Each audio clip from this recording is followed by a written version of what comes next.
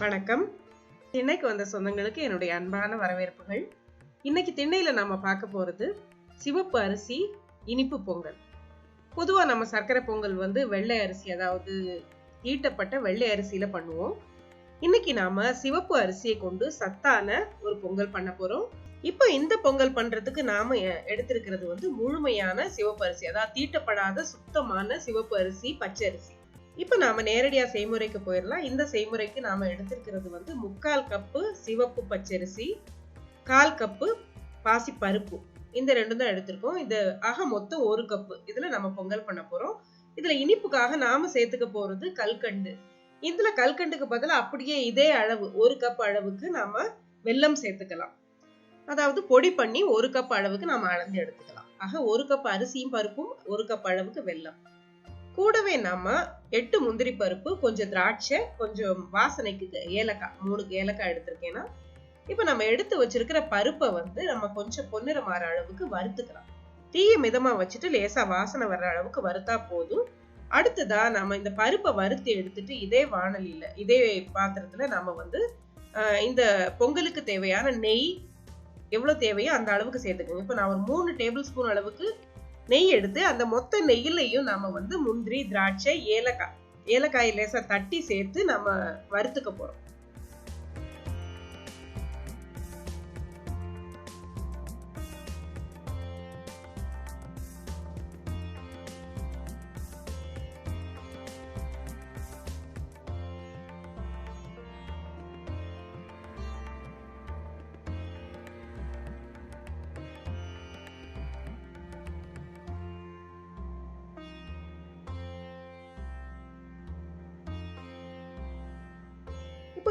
இப்ப முந்திரி, திராட்சை, ஏலக்காய் எல்லாம் சேர்த்து வறுத்தாச்சு. இந்த மாதிரி வறுத்ததை தனியா வச்சுட்டு நாம ஒரு குக்கர்ல நம்ம அரிசி, பருப்பு, நம்ம வறுத்த பருப்பு, அரிசி ரெண்டையும் கழுவி அதை சேர்த்துட்டு அது கூட 1 கப் அளவுக்கு பால் சேர்த்துக்க போறோம். கூடுதலா அது கூட 1.5 கப் அளவுக்கு தண்ணீர் சேர்க்கிறோம்.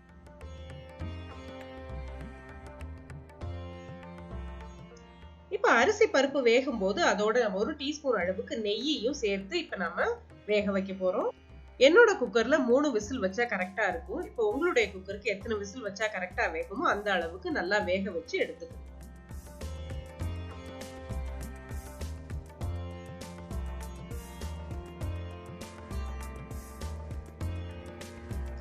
இப்போ 3 விசில் வச்சு எடுத்த பிறகு அரிசி, பருப்பு சேர்ந்து இந்த மாதிரி வெந்திருக்கு. அதாவது பால்ல வெந்திருக்கு. கூடவே நெய் சேர்த்தோம். அதனால நல்ல மணமா இருக்கு. இந்த வெந்த அரிசி பருப்பை சேர்த்து நம்ம கரண்டியால மசிச்சு விட்டுக்கலாம். தேவைன்னா மசிச்சு விட்டுட்டு இதோட நாம இனிப்புக்கு நம்ம எடுத்து வச்சிருக்கிற வெல்லமோ அல்லது கல்கண்டோ எது வேணுமோ அது நீங்க இதுல சேர்த்துக்கலாம். இப்ப நான் 1 கப் அளவுக்கு கல்கண்டு சேர்த்துக்கிறேன். இப்ப கல்கண்டு உடனே கரையாது, கொஞ்சம் கரையிறதுக்கு டைம் எடுக்கும். அதனால முதல்ல பாக்குறதுக்கு இப்ப கெட்டியா இருக்கு. இப்ப நான் கூடவே ஒரு பிஞ்ச் அளவுக்கு உப்பு சேர்த்திருக்கேன்.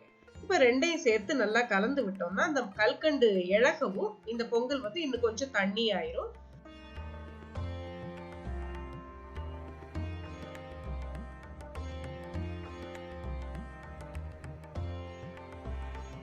இப்ப பாருங்க, பொங்கல் இந்த பதத்துல இருக்கு. அதாவது கல்கண்டு இழகிருச்சு.